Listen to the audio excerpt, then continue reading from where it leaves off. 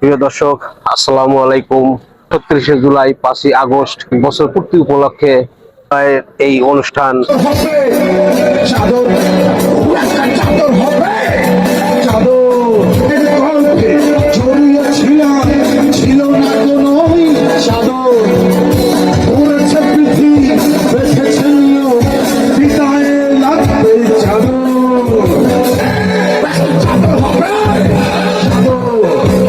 Check.